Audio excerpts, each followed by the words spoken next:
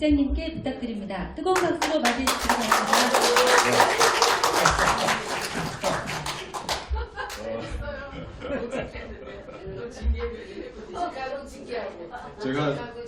제가 대학 다닐 때 학사 경고를 2번 받고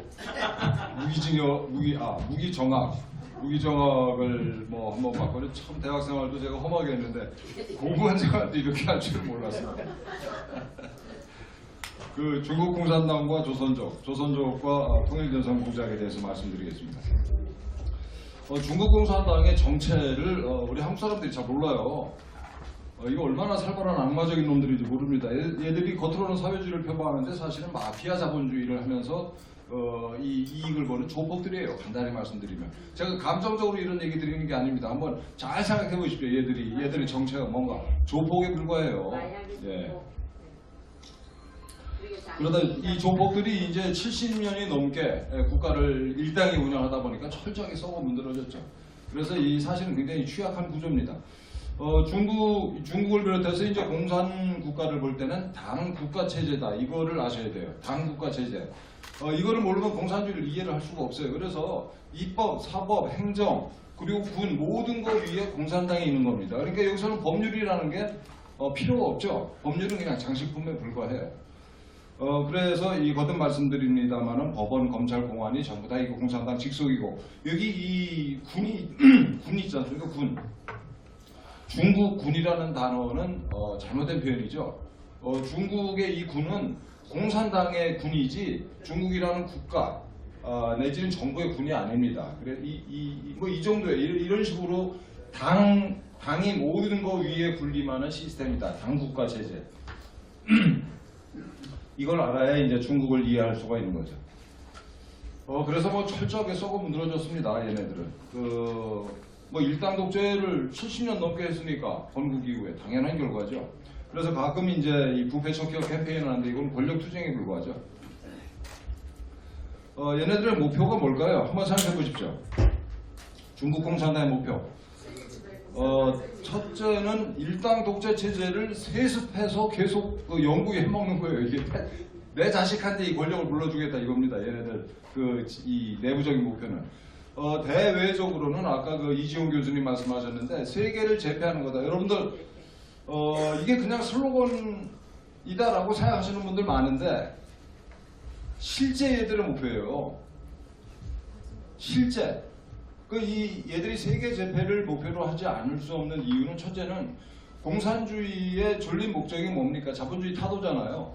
공산주의 체제의 이 정당성의 근거예요. 자본주의를 무너뜨리겠다는 게. 두 번째로는 옆에 자유민주국가가 존재한다는 것 자체가 체제에 대한 위협이죠. 공산당 입장에서는. 그래서 홍콩이라고 하는 그 조그만 이 자치구도 용납을 못하고 밟아버렸잖아요. 왜냐하면 자유의 기운이 대륙으로 확산되면은 일단 독재를 못하니까.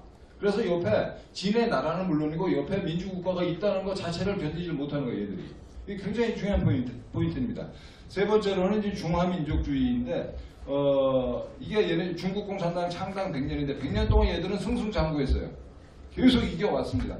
여러분 말이 100년이지 적어도 3세대, 4세대에 걸쳐서 이 한 국가, 한 국민이 계속 승리하면은 국뽕에 마약에 빠져요. 세계를 정복하는 게 우리의 역사적 소명이다. 얘들이 실제로 이런 생각을 가지고 있습니다. 이런 여러 요소가 겹쳐져서 얘네들이 세계를 제패하겠다라는 생각이 있잖아요. 얘들의 진짜 목표예요. 그래서 이 민주화가 불가능한 이유는 아주 심플합니다. 그래서 민주화하면 중국 공산당이 없어져요. 그냥. 두 번째는 중국이 해체되고 중국의 민주화는 불가능합니다. 그래서 중국 공산당은 세계 정세를 어떻게 인식을 하고 있냐. 지들이 세계 정복을 해야 되니까 미중 전쟁은 불가피하다. 그리고 우리가 이런 생각을 하고 있다는 걸 미국도 알고 있다라고 알고 있어요. 이게 국제정세 인식이 미국과 중국이 이렇게 살벌합니다. 저 새끼를 밟아 없애지 않으면 내가 당한다라는 인식을 서로 가지고 있어요. 위기의식을. 굉장히 정말 세계사적인 격변기에 있는 거예요. 우리 인류가 지금. 그래서 지금 전쟁을 하는 중이다. 그래서 공산당과 평화적 공존 운운하는 것들은 좋게 봐서 굉장히 무식한 것들이고 정확하게 보면은 간첩들이에요.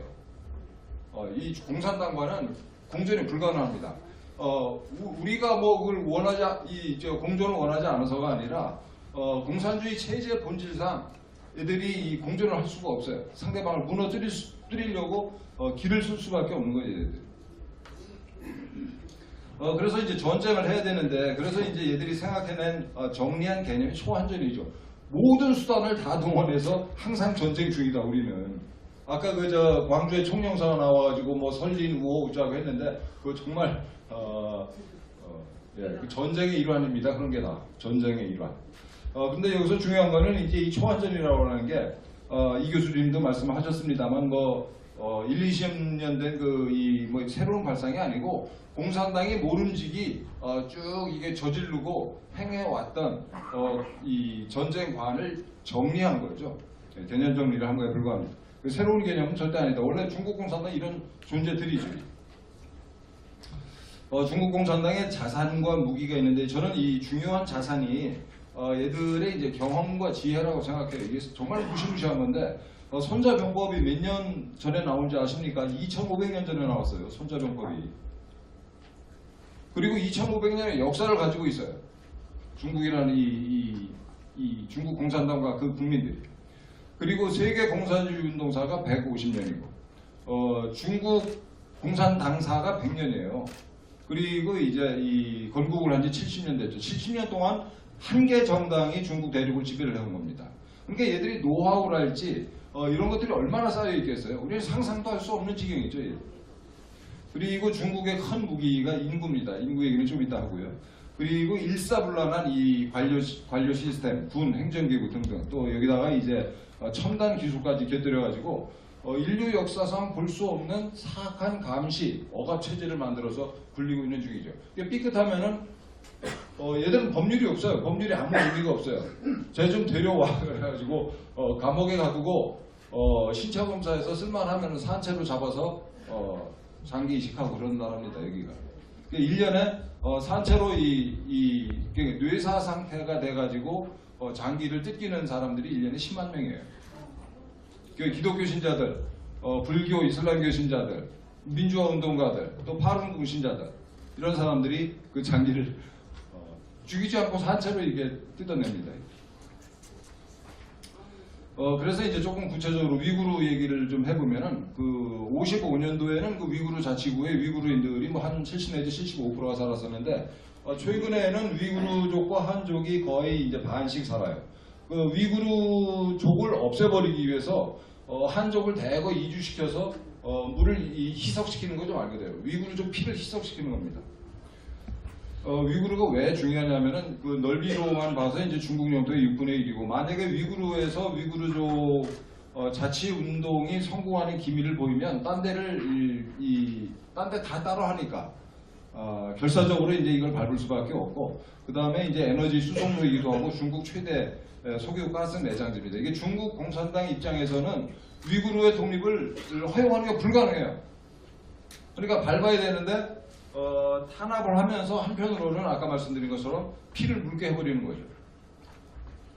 그래서 이제 한족을 대량 이주시키고 위구르족 인구를 줄이려고 정말 잔인한 짓을 합니다. 이게 부부만 떼어놓는 게 아니라 그 자식들까지 따로 수용소에 가둬요. 다 따로따로. 그리고 여성들은 불임수술을 시키고 애 가진 여자들은 낙태시키고 여성들은 한족이랑 강제로 결혼시키고 위구르족을 중국 각지로 이제 뿔뿔이 흩어놓고 언어 종교 완사라고 아까도 말씀드린 것처럼 강제 장기 적출하고 그래서 위구르족의 존재 자체를 중국 땅에서 없애버리려는 게 중국의 정책이다. 심지어는 이슬람 성당 부수고 그 위에다 화장실 만들고 모스크 이 이슬람 성당 그 자리에 이제 편의점 만들어서 이슬람인들이 이 즐기지 않는 술 담배 팔기도 하고 공동묘지점도 헐어버리고 이 과정에서 저항이 당연히 있겠죠. 없을 리가 있겠습니까? 정하면은 잡아다가 이 장기 적출할 겁니다. 티베트도 똑같아요. 티베트도 2014년도에 중국 애들이 90%가 이 티베트 사람들이 산다고 얘기했지만 이건 구라죠. 실제로는 여기도 이 티베트 민족이 한 700 내지 800만 되는데 그 비슷한 수의 한족들을 티베트 지구로 전부 다 깔아놨다. 티베트도 무지하게 중요합니다. 이 영토가 넓을 뿐만 아니라 이 황하, 양쯔강, 메콩강의 수원이 이 티베트예요. 그래서 만약에 티베트가 이 중국의 적성 국가로 가게 되면은 중국은 무지무지하게 위험해지는 거예요. 여기다 전부 다 황하 상류, 양쯔강 상류 이런 데다가 메콩강 상류 이런 데다가 댐을 쌓는다고 한번 생각을 해보십시오. 그래서 중국이 이 티베트를 절대 포기할 수 없다. 그래서 이 아까 말씀드린 것처럼 그 티베트 사람들도 아주 잔인하게 티베트 족 자체를 없애려는 이 공작을 뭐 수십 년 동안 지금 하는 중이죠. 59년도에 이 독립운동이 일어났었는데 43만 명 죽고 실패했고, 그 다음에 이제 티베트 불교 사업은 다 없애고, 지금 남아있는 것들은 이제 관광용으로 몇 개 남겨놨다고 그러고, 스님들 전부 다 강제로 환속시키고, 문화정책이라는 걸 추진했는데 공공장소에서는 티베트어를 못 쓰게 하고, 또 서남공정, 우리나라를 상대로 해서는 이제 소위 동북공정이라는 걸 하는데, 서남공정은 뭐냐면 티베트가 원래 중국 땅이다. 티베트 역사는 중국 역사의 일부다. 이런 이 작업들을 하고 있습니다. 그리고 티베트 주민들을 강제로 이제 수용소에 몰아넣고 이 민족문화랄지 이런 것들을 다 말살해버리고, 티베트 여성들 여기 똑같이 합니다. 강제 낙태시키고 불임 수술하고, 이 한족을 이 티베트로 전부 다 이렇게 깔아놓고, 다음이 이제 홍콩 예를 들겠는데, 이게 2019년 6월 17일 밤의 사진이에요. 홍콩 사람들 10명 중에 3명은 전부 다 이 거리를 꽉 채웠다라고 얘기를 하고, 이 기사가 중앙일보 기사인데 여기 이런 기사가 있습니다. 이게 송환법이라는 건 뭐냐면은 홍콩에서 범죄를 저지른 자를 중국 본토로 데리고 가서 재판을 하겠다라는 법안을 내요. 이게 홍콩 정부 당국에서. 홍콩 사람들이 여기에 대해서 반발을 하니까 홍콩 정부가 이제 한 발 물러서는 액션을 합니다. 송환법의 추진을 연기하겠다. 그랬지만 그럼에도 불구하고 이제 시민들이 이 길거리를 꽉 채웠습니다. 그래서 이때 저를 비롯해서 홍콩 시민들 본인들은 물론이고 전 세계 자유 시민들이 무슨 착각을 잠깐 했냐면, 홍콩의 이 시스템이, 이 민주정 시스템이 한동안 가겠구나. 홍콩 이 민주 시민들이 이겼다. 이런 착각을 했어요. 그런데 너무나 조용히, 그로부터 얼마 안 있다가 민주화운동이 완전히 진압이 되어버렸죠. 조용히.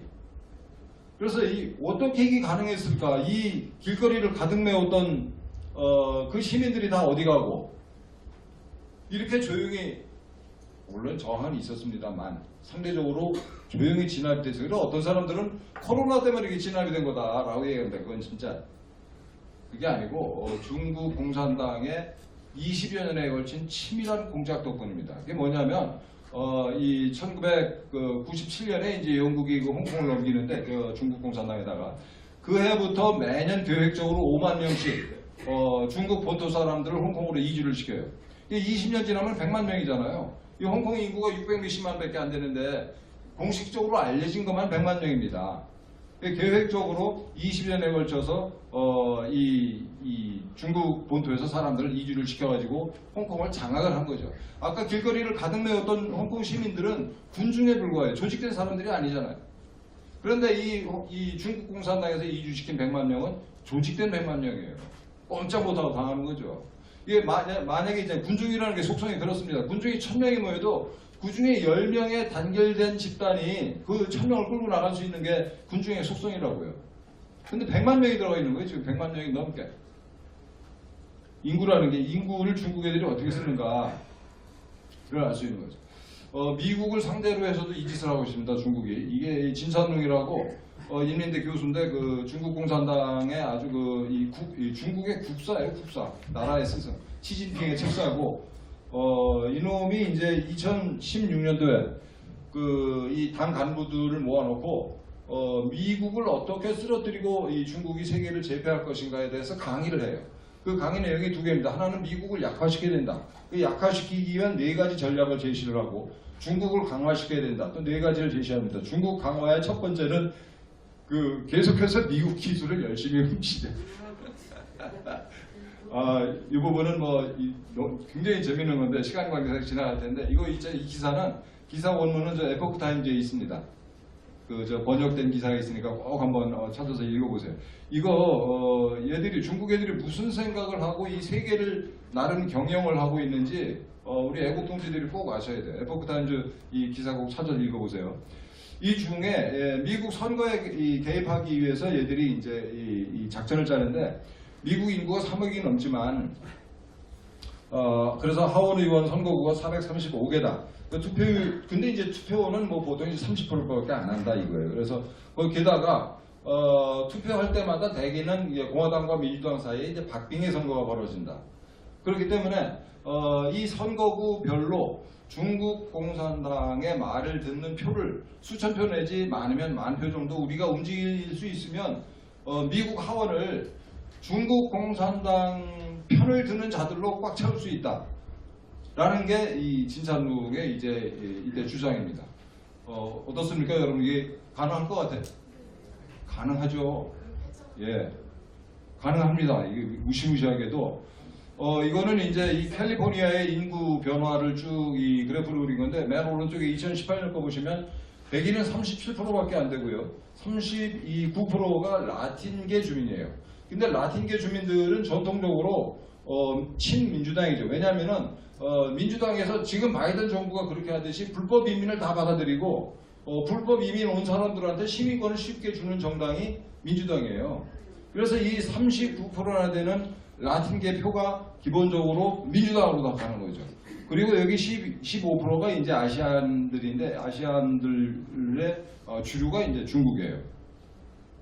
그래서 생각해 보십시오. 이 백인표 37%는 어차피 공화당, 민주당 반반씩 갈린다고 치고 여기 이제 37%의 반응을 얼마 전에 한 27%라고 치고 여기 39%에 뭐 한 30%가 이제 민주당으로 간다. 이 15%를 중국 공산당이 움직인다 그러면은 이 캘리포니아는 있잖아요. 난공불락의 민주당의 요소가 돼버렸어요. 여기서는 상원, 하원이건 다 민주당 애들만 나오는 거예요. 거기다가 이 중국 공산당이 이 지역 좀 이따 보겠습니다만 정치인들을 다양한 방법으로 쌈죠. 꼼짝 못하게. 그래서 이 미국의 이제 중국인들이 많이 사는 도시들을 보면은 샌프란시스코라든지 그 옆에 오클랜드, 그 밑에 산호세, 세크라멘토, 산디에고 전부 다 이 캘리포니아에 있는 도시들입니다. 이 샌프란시스코 주변에 그래서 샌프란시스코는 이 중국 공산당의 해방구입니다. 실제로.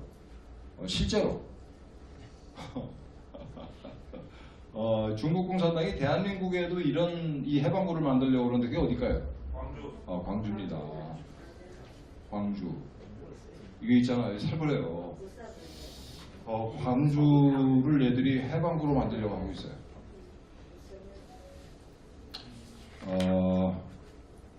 오늘 너무 시간에 이 짧은 시간에 이 얘기를 다 하려고 그러니까 너무 안타까운데 사실 아까 이지용 교수님이나 우리 최 박사님 이 발제를 1시간씩은 들어야 되는데 이 자료집에 있는 거 여러분들 꼭 한번 읽어보십시오. 굉장히 중요한 내용이 많습니다. 어쨌든 이 샌프란시스코 일대는 이제 중국 공산당 해방구입니다. 그래서 중공의 그 국가안전부에 캘리포니아 전담부서가 존재한다고 그래요. 그 이유는 이 일대가 이제 미국에서 이게 경제 규모가 제일 크고 그 다음에 실리콘밸리가 있잖아요. 실리콘밸리.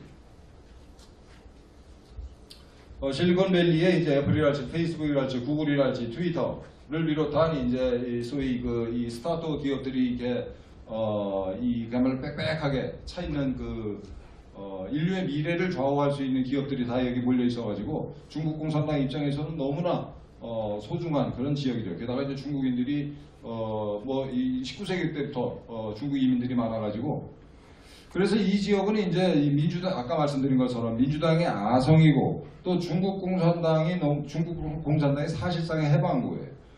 그러다 보니까 이 빅테크가 스탠스가 친중공적인 스탠스가 자주 나와요. 자유 언론을 탄압하고 트위터를 이제 그 테슬라의 이 일론 머스크가 인수를 했는데 굉장히 우리 자유 시민들 입장에서는 바람직한 사태 진전이죠. 이 트위터가 완전히 좌경화돼가지고 우파의 목소리를 전부 다 차단을 했어요. 트위터 내부적으로. 심지어는 이 트럼프 대통령을 추방을 해버렸잖아요. 트위터에서. 그래서 일론 머스크가 트위터를 다시 자유 언론의 장으로 만들겠다라고 거금을 들여가지고 이 일론 머스크가 인수를 해버렸습니다. 어쨌든 미국도 이렇게 분위기가 바뀌고 있어요 지금. 어쨌든 그럼에도 불구하고 이 실리콘밸리 또 실리콘밸리 주변의 샌프란시스코, 캘리포니아 일대가 지금 이 지경이 돼버렸다. 중국 공산당은 그럼 뭐 표를 움직일 뿐만 아니라 다양한 방식으로 이제 통일전선 공작을 펼쳐요. 대표적인 게 표를 몰아주고 두 번째는 정치 자금을 대주고, 세 번째는 이렇게 그 이부장한 여간첩을 보내가지고 육탄 공세를 펼칩니다. 여기 그 공통적으로 존재하는 등장하는 이 여자가 크리스틴 팡이라는 여자인데, 지금으로부터 10년 전에 그 캘리포니아 주립대학, 이 샌프란시스코 근처에 있는 캘리포니아 주립대학에 유학생으로 와 있었어요. 그러면서 이게 중국인 학생회 회장으로 있으면서 그 일대에 이제 미국 정치인들을 다 만나가지고 이렇게 육탄 공세를 펼치죠. 특히 이 젊은 친구는 에릭 스월웰이라는 친구인데 이 당시에 이 샌프란시스코 옆에 그 더블린이라고 하는 조그만 시가 있었어요. 그 시의 시의원이었었습니다. 이 시의원을 얘가 삶아요. 중국 공산당이 삶죠. 그래서 얘를 키워요. 하원 의원으로. 그래서 지금 그 미국 하원의 정보위원회, 뭐 국방위원회 이런 데서 이 소속이 돼서 일을 하는데, 얘가 이 크리스틴 팡이랑 잠을 잤다, 이 간첩이랑 어울린 놈이다라는 게 미국의 소문이 다 났는데도 미국 민주당 지도부가 얘를 정보위원회 이런 데 앉히는 거예요. 이거 미국 민주당이 얼마나 썩어 문드러졌는가요? 오염됨인가 중국 공산당에게. 뭐 여러 가지 증거가 있습니다만 시간 관계상. 자, 그러면 이제 우리나라에 와 있는 중국인들, 조선족 포함해서 이제 100만 명이 와 있는데, 중국은 있잖아요. 정말 치밀한 나라잖아요. 중국 아니 거주 이전의 자유도 없습니다. 사람 죽이려면 아무나 불러다가 그냥 해부해버린 그런 나라예요. 그런 나라에서 조선족을 거의 다 대한민국으로 내보냈다. 이게 조선족들의 개인적 선택의 결과라고 보십니까? 전혀 아니. 중국 공산당의 작전이죠. 80만 명을 내보냈는데. 그러니까 이거에 대해서 이견을 가지는 분도 계시더라고요. 중국 공산당을 전혀 모르는 얘기예요. 그래서 이제 들어온 사람들 중에 한국인으로 국적을 바꾼 사람들이 이제 14만 5천 명이고, 영주권 취득 3년 경과하면은 이제 선거권을 줍니다. 이게 지방선거 그 선거권, 교육감 선거에도 참여할 수 있고. 그 사람들이 중국인들이 전체적으로 뭐 이게 베트남 등등 해가지고 한 13만 명 되는데 중국인들이 한 10만 명 정도 될 거다. 합하면은 뭐 24만 5천 명 밖에 안 됩니다. 아니 우리 유권자 수가 몇 명이죠? 이게 4,420만 명 정도 돼요. 우리 유권자가, 대한민국 유권자가. 그 중에 이 합하면은 24만 5천 명, 그거 0.001%도 안 돼요. 아니 그것도 안 되는데 이제 한민은 미친놈 아니가? 라고 얘기를 하실 수 있는데, 2010년도 서울시장 선거 때요, 오세훈과 한명숙의 표차가 2만 6천 표에 불과했습니다. 이때 투표권을 가지고 있던 서울시의 외국인이 3만 8천 명이에요. 이런 선거가 벌어지면 서울시장을 누가 선택할 수 있어요? 중국 공산당이 선택하는 거죠. 실제로 작년에 4.7 서울시장 보궐선거 때 민주당에서는 참고로 그 공무원은 정치활동 금지 의무가 있습니다. 이거 위반하면은 3년 이하의 징역이에요. 벌금형도 없고. 그래서 오늘 제가 말씀드리는 거는 특정 정당이나 특정 정치인에 대한 찬성이나 반대와는 전혀 관계없이 신문기사 등 사실을 전달하는 거라는 거를 분명히 밝히는 바입니다. 제가 특정 정당을 지지하는 걸로 들리시나요 혹시? 아니요. 아닙니다. 4.7 서울시장 보궐선거 때 민주당 박영선 후보는 물론이고 의원들이 돌아다니면서 중국인들은 박영선을 찍어야 된다라고 얘기하면서 돌아다녔어요. 열심히. 이번 대선 때는 금년 2월 달입니다. 금년 2월 달에는 대림동에서 민주당 소속으로 민주당 선대위의 그 소통공감위원회라는 게 있었어요. 거기 이 전주명 본부장이 대한민국에 있는 중국 동포들은 이재명을 지지해야 된다 이렇게 공개적으로 얘기를 하고 이렇게 결승 이 서사대회라고 하죠. 맹세 결승 맹세 대회까지도 열고 그랬습니다. 이거 저 대림동에서. 여기서 그 대표가 굉장히 중요한 말을 했어요. 한중 수교 이후에 중국 동포들이 이 한국으로 올 수 있도록 길을 열어준 사람들이 누구냐면은 김대중과 노무현이다예요. 이건 이제 이 우리나라에 와 있는 조선족들의 이 정치적인 이 오리엔테이션. 이게 마치 미국에서 라틴계 이 미국인들이 민주당을 지지하듯이 우리 조선족들이 대체로 민주당을 지지하는 게 아닌가라는 증거다라고 저는 봐요. 예. 그래서 이 대표가 이렇게 얘기하죠. 그 이재명 후보님 앞으로 우리 중국 동포들이 한국에 잘 정착해서 살 수 있도록 더욱 열심히 해주세요라고. 이게 2017년 기사인데 그 중국 동포들의 단체가 굉장히 많아요. 지금 뭐 이거보다 더 늘어났을 텐데 이건 2012년도 기사입니다. 제한 중국 동포 유권자 연맹이라는 게 만들어졌는데 몇 개 단체가 이제 합해져서 만들어졌는데 여기서 본부장이 이 단체 관계자 이렇게 얘기했어요. 동포들의 인권 신장과 복지 향상을 확실하게 약속하는 대선 후보를 선출하도록 독려하겠다. 이 대회에서 조선족 상대로 목회를 20년째 하고 있는 우리 서경석 목사님께서 이렇게 말씀하셨어요. 이제 중국 동포들 가운데서도 국회의원이 나와야 된다. 이번 대선에서 앞으로 중국 동포들 가운데 비례대표 한석은 꼭 주겠다고 약속하는 대선 후보를 찍어야 된다. 이제는 동포들이 자유왕래, 자유체류, 자유취업 등을 허용할 때가 됐기에 대선 후보들에게 그것을 공약으로 받아내야 한다라고 얘기를 하셨어요. 이게 벌써 2012년도 기사입니다. 서경석 목사님. 이게 지금 이제 며칠 있으면 6월 1일 지방선거하는데 이 중국인들이 제일 많이 사는 동네가 안산이죠. 이 안산시 시장으로 중국 동포 출신의 이 한국인이 출마를 했어요. 앞으로 이런 현상이 예를 들어서 이제 제가 사는 독산동이랄지 그 이때 뭐 구로동이랄지 뭐 이 일대 그 조선족들이 많이 사는데 거기에 이제 구청장 뭐 이렇게 구의회 의원 등등은 이제 이 조선족이 될 가능성이 굉장히 커지는 거죠.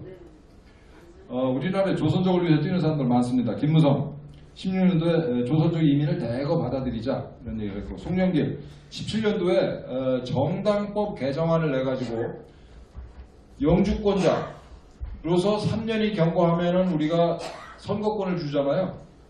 이것도 법을 빨리 바꿔야 되는데 이 선거권을 가진 외국인들의 정당 가입을 허용하자라는 정당법 개정안을 냈어요. 이게 얼마나 살벌한 거냐면은 지금은 그 영주권자들이 중국인들이 한 10만 명 정도 되지만 이 추세가 이제 급해진다. 이렇게 돼서 그 사람들이 한 40만 명 된다고 가정을 해보세요. 그럼 20만 명은 국민의힘으로 하고 20만 명은 더불어민주당으로 간다. 그럼 대한민국 대통령은 누가 정할까요? 중국 공산당이 정하죠. 당을 움직이잖아요. 당을. 이 40만 명이. 그런 사태를 더 빨리 가져오자라고 김경진 전 의원이 2019년도에 국적법 개정안을 냈어요. 이 국적법 개정안은 뭐냐면 국내에서 대학 졸업하면은 국적을 주자.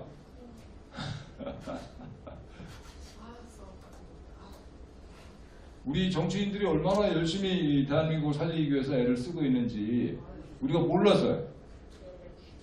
서경석 목사님은 며칠 전에 또 이런 말씀하셨습니다. 외국인 유학생들이 입국 절차와 조건을 간소화하고 그 부모에게는 취업 비자를 발급하자. 제가 이런 얘기를 하고 돌아다닌다는 거를 서경석 목사님께서 아시고 며칠 전에 저한테 전화를 하셔서 한 30분 정도 당신 입장을 말씀하시고 저한테 이런 문건을 보내셨어요. 그 소개를 하면 조선족은 외국인이 아니다. 내가 20년 동안 조선족 목회를 해서 내가 20년 동안 했는데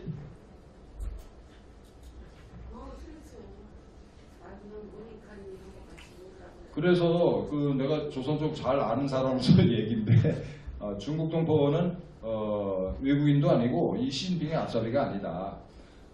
이 조선족 동포들이 한국의 자유와 인권 때문에 여기 왔다. 우리 인구가 줄고 있기 때문에 중국 동포들이 고향에 돌아와서 살기 원하면 무조건 허용해야 된다. 계속 서 목사님 말씀입니다. 중국 대사관들이 감시하고 있기 때문에 우리 동포들이 함부로 이 의사표시를 못하고 있을 뿐이고 또 교육을 못 받았다. 우리 한국사 등에 대해서. 그래서 교육 잘 해가지고 우리 한국 사람도 다 품어야 된다. 이게 좋은 말씀이죠. 또 조선족들을 향해서는 이런 말씀도 하셨어요. 조선족들이 친중국인 거는 어쩔 수 없지만 동시에 친한국임을 감동적으로 보여줘야 된다. 친중국이면서 동시에 친한국. 그래서 있잖아요. 이 조선족과 대한민국의 관계에 대해서 지금 우리가 근본적인 고민을 해야 돼요. 첫째는 이 조선족이 중국 공산당의 침투 경로다라고 저는 확신합니다. 네. 아닐 수가 없잖아요. 그 다음에 이 중요한 게 있잖아요. 이 조선족이 지금처럼 유입하는 걸 방치하면 대한민국의 정치 지형이 영원히 변해요. 캘리포니아처럼. 아무리 길을 써도 이따가 다시 말씀드리겠습니다만 정치 지형을 바꿀 수가 없어요. 예, 이거 진짜 살벌한 겁니다. 이거 정치 지형이 영원히 변해요. 그리고 지방대학 문제랄지 이 성경선 목사님이 그 조선족 애들 유학생으로 많이 받자라는 거는 지방대학을 살리기 위해서 살려야 된다. 아니 근데 우리가 왜 지방대학을 살려야 돼요? 어쨌든 그리고 지방대학이 있기 때문에 유지되는 동네가 많습니다. 그 지방 경제를 어떻게 일본에도 이제 이 지방들이 전부 다 이게 그야말로 폐촌이 돼가는 지자체들이 많은데 대한민국도 그래요. 이걸 어떻게 할 것인가? 조선족들 불러다가 그걸 채울 거예요? 채우자는 생각이시죠 지금? 우리 서 목사님. 그리고 건설업이랄지 우리는 잘 모르지만 어선들 또 요식업, 요양병원 전부 다 이 노동력을 이제 우리 조선족들이 채우고 있는데 이걸 어떻게 할 것인가? 계속 이대로 할 거냐? 어쨌든 이 윤석열 정부가 며칠 있으면 출범하고 또 인수위원회도 있는데 인수위원회에서 몰래 비밀리에 뭐 이런 고민을 하는 자가 있을지 모르겠는데 적어도 공개적으로는 이런 얘기가 안 나왔어요. 이게 굉장히 심각한 문제죠. 인수위원회가 뭐 공무원이도 이런 얘기하면 또 안 되니까. 지금 이것뿐만 아니고 이 중국 공산당의 통일조선 공작은 그야말로 광범위하고 깊고 넓습니다. 이 중국 대사관이 직접 나서서 우리나라 국회의원이랄지 이 정치, 경제, 문화계에 영향력 있는 사람들 불러다가 계속 교육을 하고 있어요. 여기 불려가면은 영광이죠. 뭐 뽑힌 거니까. 여기 한 번은 이제 반기문 총장을 불러다 얘기를 했는데 반기문 총장님은 본인은 무슨 생각을 하고 있을지 몰라도 중국 공산당 입장에서는 통일조선 공작의 이 뭐라고 해야 되나요? 에이전트죠. 요원이에요. 요원. 중국 입장에서는 이 양반이 이 보아오 포럼이라고 2001년에 발족한 이 다보스 포럼의 이제 아시아판인데 여기 이제 이사장을 맡았습니다. 2018년부터. 이 보아오 포럼은 중국 공산당이 아시아 지역의 국가들을 상대로 통일전선 공작을 펼치는 기구예요. 통일전선 공작 기구입니다. 여기 이사장이에요. 반기문 씨가. 본인은 뭐 아시아 평화를 위해서 공동 번영을 위해서 일을 하고 있다라고 확신하고 있다고 저도 확신을 해요. 유엔 사무총장이라고 하는 정말 그 자리를 두 번이나 역임한 분이 중국 공산당 끈앞풀이다라고 저는 생각지 않습니다. 그러나 중국 공산당은 어떻게 보고 있을까는 다른 얘기라는 거죠. 왜 이 중국 공산당이 반기문을 선택을 했을까? 유엔 사무총장 시절에 중국과 끈끈하게 인연을 맺었다고 합니다. 여러 번 중국을 왔다 갔다 했고, 그리고 남중국해 문제, 남중국해는 공해잖아요, 공해.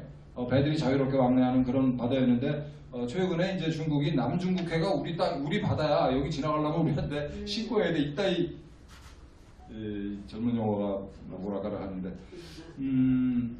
그런 문제에 대해서 반 총장님이 당시에 중립적 입장을 취했다. 중국 공산당 입장에서 얼마나 고마운 사람이에요.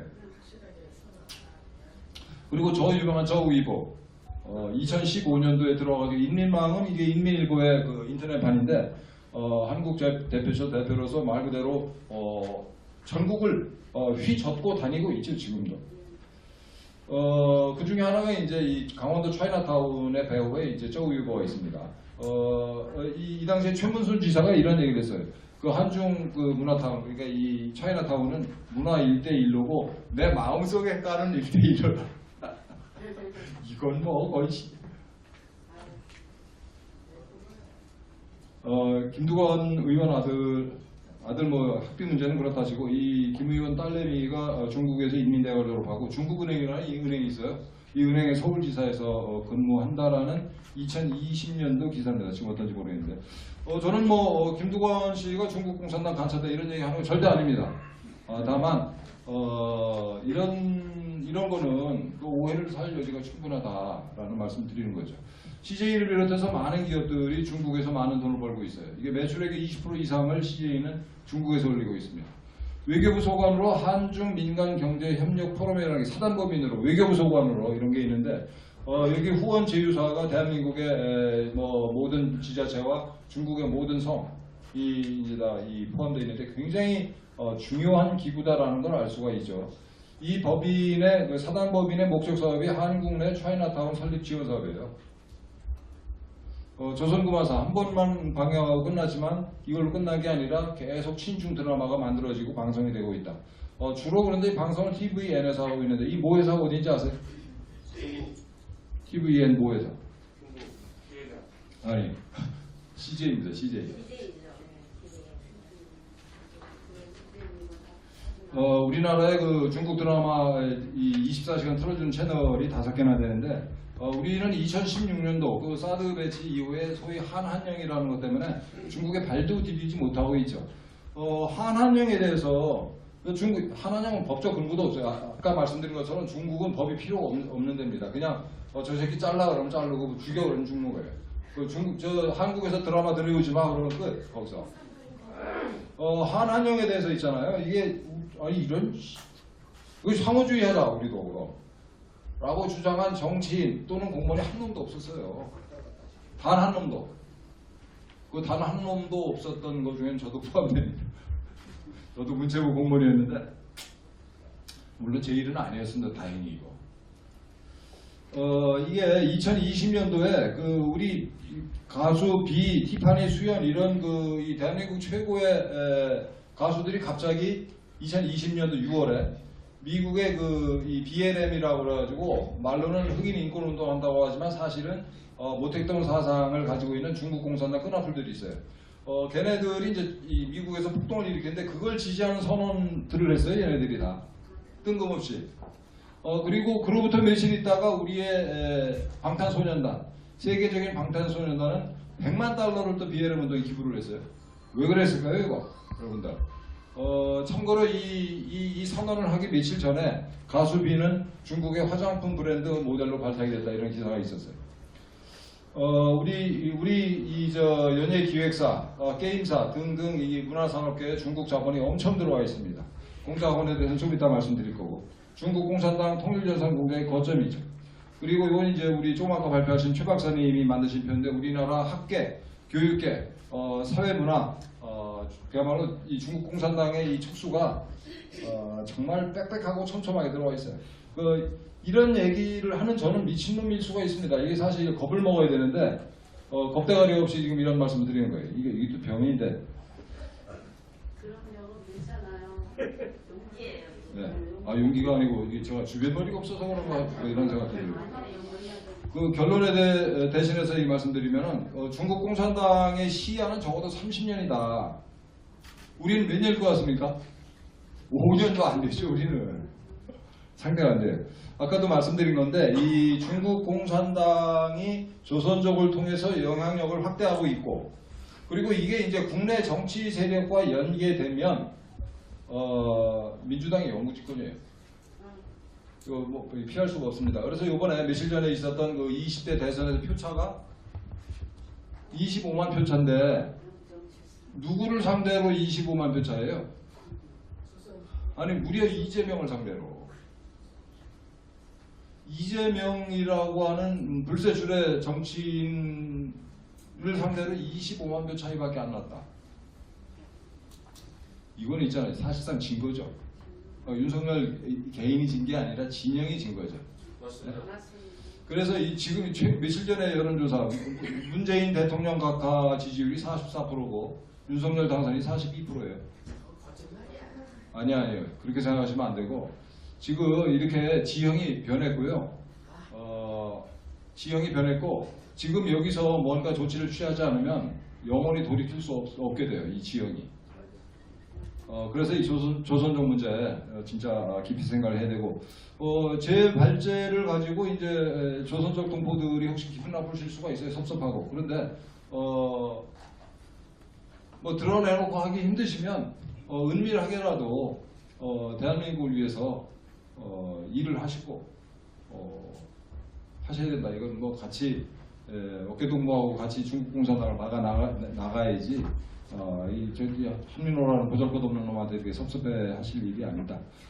끝으로 바로 며칠 전에 이 에포크타임즈에 난 기사인데 중국에서 이민간 왕슈진이라는 놈이 있는데 이 놈이 94년도에 방문학자로 미국에 갔다 그래요. 그로부터 10년 동안 착실하게 이 미국 시민이 되려고 애를 써서 하자 없이 애를 써서 이제 2003년에 드디어 시민권을 획득을 했어요, 이놈이. 그리고 2006년도에는 그 뉴욕의 중국인 밀집 지역에서 중국 민주화 운동 단체를 만들어서 지가 이사장을 맡아요. 그리고 그 이사장 자격으로 다른 그 중국 민주화 운동 단체, 반공 운동 단체들이랑 광범위하게 관계를 가지면서 정보를 다 수집해서 중국 공산당에 바치다가 FBI에 이제 체포가 됐습니다, 이놈이.